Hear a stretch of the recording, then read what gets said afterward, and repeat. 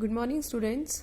हम class 9th का next chapter start कर रहे हैं, chapter 3 which is atoms and molecules. It is of chemistry. So students, in this topic we will learn about atoms and then about the molecules. तो सबसे पहले इसकी शुरुआत कैसे होती है. एक इंडियन फिलोसफर थे महर्षि कन्नड़. वो क्या सोचते थे, वो ये कहते थे कि जैसे कोई ये एक मैटर है, अगर हम इस मैटर को, इस मैटर को वो क्या बोलते थे, वो इस मैटर को पदार्थ कहते थे. वो कहते थे कि अगर हम इस पदार्थ को छोटे छोटे टुकड़ों में बांटते चले जाएं तो एक टाइम ऐसा आएगा कि सबसे छोटा पार्टिकल हमें मिल जाएगा और इस सबसे छोटे पार्टिकल को हम और ज्यादा डिवाइड नहीं कर पाएंगे. और इस सबसे छोटे पार्टिकल को उन्होंने क्या कहा, परमाणु. तो परमाणु वो सबसे छोटा पार्टिकल है कि जिसको हम और ज्यादा फर्दर डिवाइड नहीं कर पाएंगे. और उसके बाद आगे जाके ग्रीक फिलोसफर्स आए और उन्होंने, उसमें से एक फिलोसफर था डेमोक्रिटस. उन्होंने इसका नाम, इस परमाणु का नाम क्या दे दिया, एटम दे दिया. ठीक है. तो सबसे स्मॉलेस्ट इनडिविजिबल पार्टिकल जो है वो क्या कहलाया जाता है, एटम कहलाया जाता है. कि अगर आपके पास कोई भी चीज है, चाहे वो एक वुड हो, चाहे वो एक बुक हो, चाहे वो एक पेन हो, उसमें जो सबसे स्मॉलेस्ट चीज होती है वो क्या होती है, that is called as the atom, which and the term atom was given by Democritus. Maharshi Kanad के अलावा एक और इंडियन फिलोसफर थे, पखुदा कत्यायामा. ये क्या कहते थे कि जो ये पदार्थ होता है, ये कंबाइंड फॉर्म में एग्जिस्ट करता है. ये पदार्थ जो होता है कंबाइंड फॉर्म में एग्जिस्ट करता है. तभी हमारे आसपास अलग अलग टाइप के मैटर हमें देखने को मिलते हैं. क्योंकि हो सकता है कि ये जो पदार्थ जो बना हुआ है, जो किससे बना है, परमाणु से बना है, मींस एटम से बना है. तो डिफरेंट टाइप्स के एटम एक दूसरे के साथ कंबाइन करते हैं और तब हमारे आसपास जो भी हम मैटर देखते हैं वो एग्जिस्ट करता है. तो इसके बाद अब लॉ ऑफ केमिकल कॉम्बिनेशन आए, लॉज ऑफ केमिकल कॉम्बिनेशन, जो कि एक्सपेरिमेंट्स के थ्रू दिए गए थे बाय लेवॉइजियर एंड प्राउस्ट. तो अब इसमें सबसे पहला जो लॉ है, सबसे फर्स्ट लॉ है, that is law of conservation of mass. Law of conservation of मास, जो क्या कहता है कि मास can neither be created nor destroyed in a chemical reaction. कोई भी अगर केमिकल रिएक्शन होती है तो उसमें मास ना ही क्रिएट किया जा सकता, ना ही हम उसको डिस्ट्रॉय कर सकते. एंड ये लॉ जो है, ये किसने दिया था, लेवॉइजियर ने दिया था. This law was given by Lavoisier. अब मान लो कोई रिएक्शन हो रही है, तो उसमें जो पार्टिसिपेट करता है रिएक्शन में, they are called as the reactants. और जो रिएक्शन में बनता है, they are called as the products. ठीक है. जैसे कैल्शियम ऑक्साइड को अगर मैं वाटर के साथ मिला दूं, तो क्या बनाता है वो, कैल्शियम हाइड्रोक्साइड बनाता है. तो इसमें this is the reactant and this is the product. ठीक है. अब जैसे एक क्वेश्चन है कि आपको एक रिएक्शन में sodium ethanoate plus ethanoic acid दिया और इसने बनाया मिलके, इन दोनों ने मिलके बनाया सोडियम इथेनोएट. देन साथ में कार्बन डाइऑक्साइड एंड वाटर, ये तीनों चीजें उन्होंने बनाई. ये आपका क्वेश्चन है 32 पेज पे,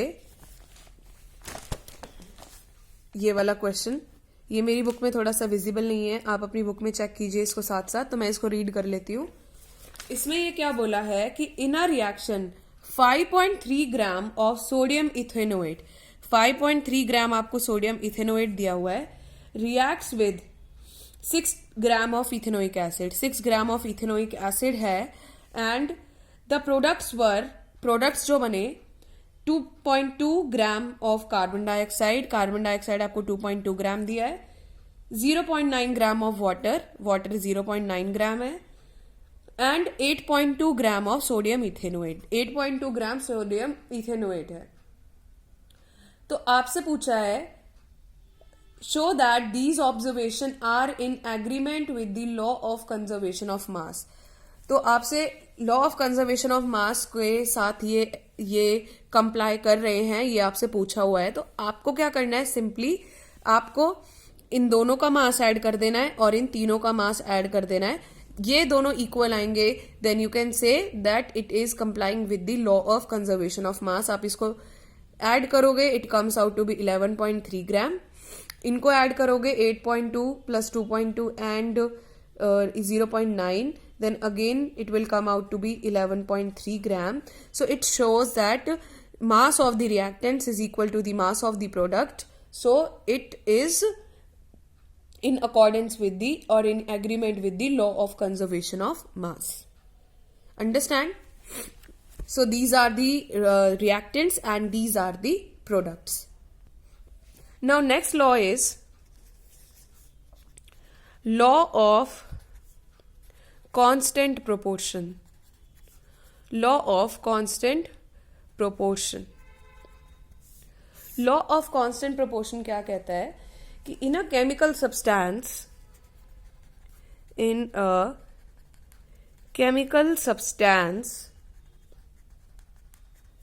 the elements are always present in definite proportion by mass. तो ये हमारा लॉ ऑफ कांस्टेंट प्रोपोर्शन कहता है कि किसी भी कोई भी एक केमिकल रिएक्शन में कोई भी एक केमिकल सब्सटेंस है तो उसमें जो एलिमेंट्स प्रेजेंट होते हैं वो हमेशा डेफिनेट प्रोपोर्शन में प्रेजेंट होते हैं।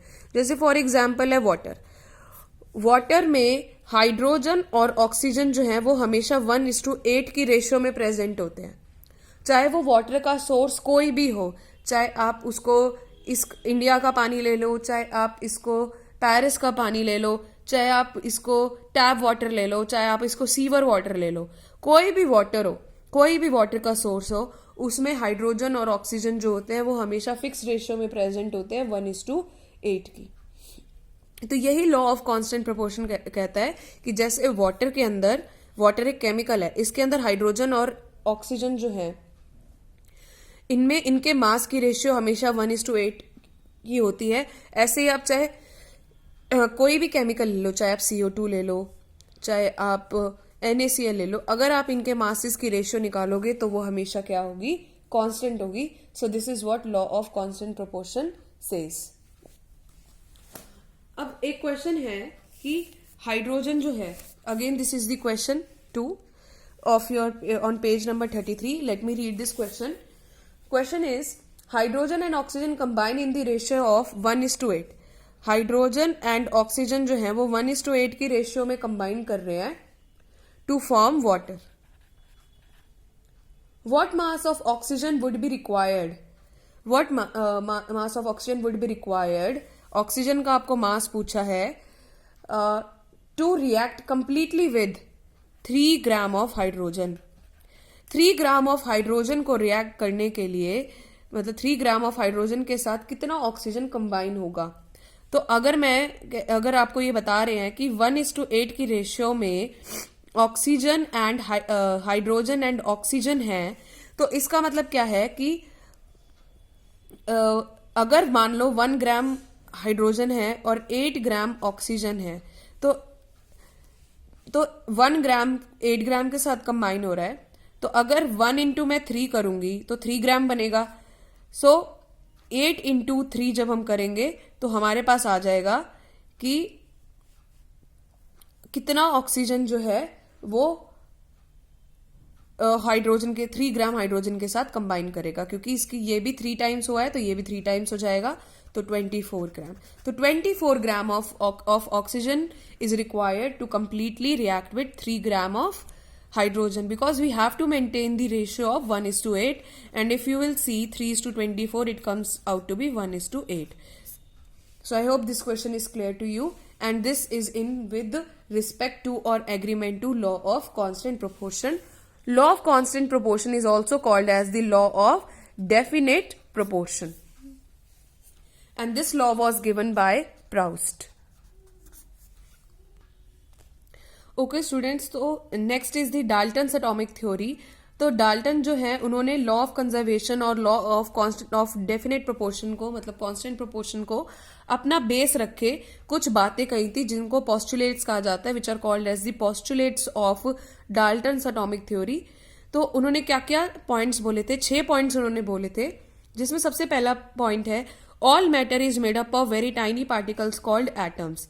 कोई भी मैटर हो वो सबसे टाइनी पार्टिकल, सबसे छोटे पार्टिकल जो उसके अंदर प्रेजेंट होते हैं वो क्या होते हैं? एटम्स होते हैं। दूसरा पॉइंट उन्होंने क्या बोला? एटम्स आर इनडिविजिबल पार्टिकल्स, मतलब हम एटम को और ज्यादा तोड़ नहीं सकते हैं।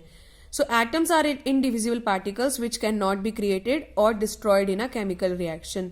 तो हम एटम्स को ना ही क्रिएट कर सकते अपनी तरफ से, ना ही हम उनको डिस्ट्रॉय कर सकते हैं। So atoms of a given element are identical in mass and chemical property. कोई एक पर्टिकुलर एलिमेंट है, कोई भी एक एलिमेंट है, उसका जो मास होता है और उसकी जो केमिकल प्रॉपर्टीज होती है वो सेम होती है। मतलब मान लो आपके पास सोडियम के 2 एटम्स हैं, तो दोनों एटम का मास भी सेम होगा और दोनों एटम की जो केमिकल प्रॉपर्टीज है वो भी सेम होगी।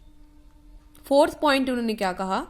Atoms of different elements have different masses and chemical properties.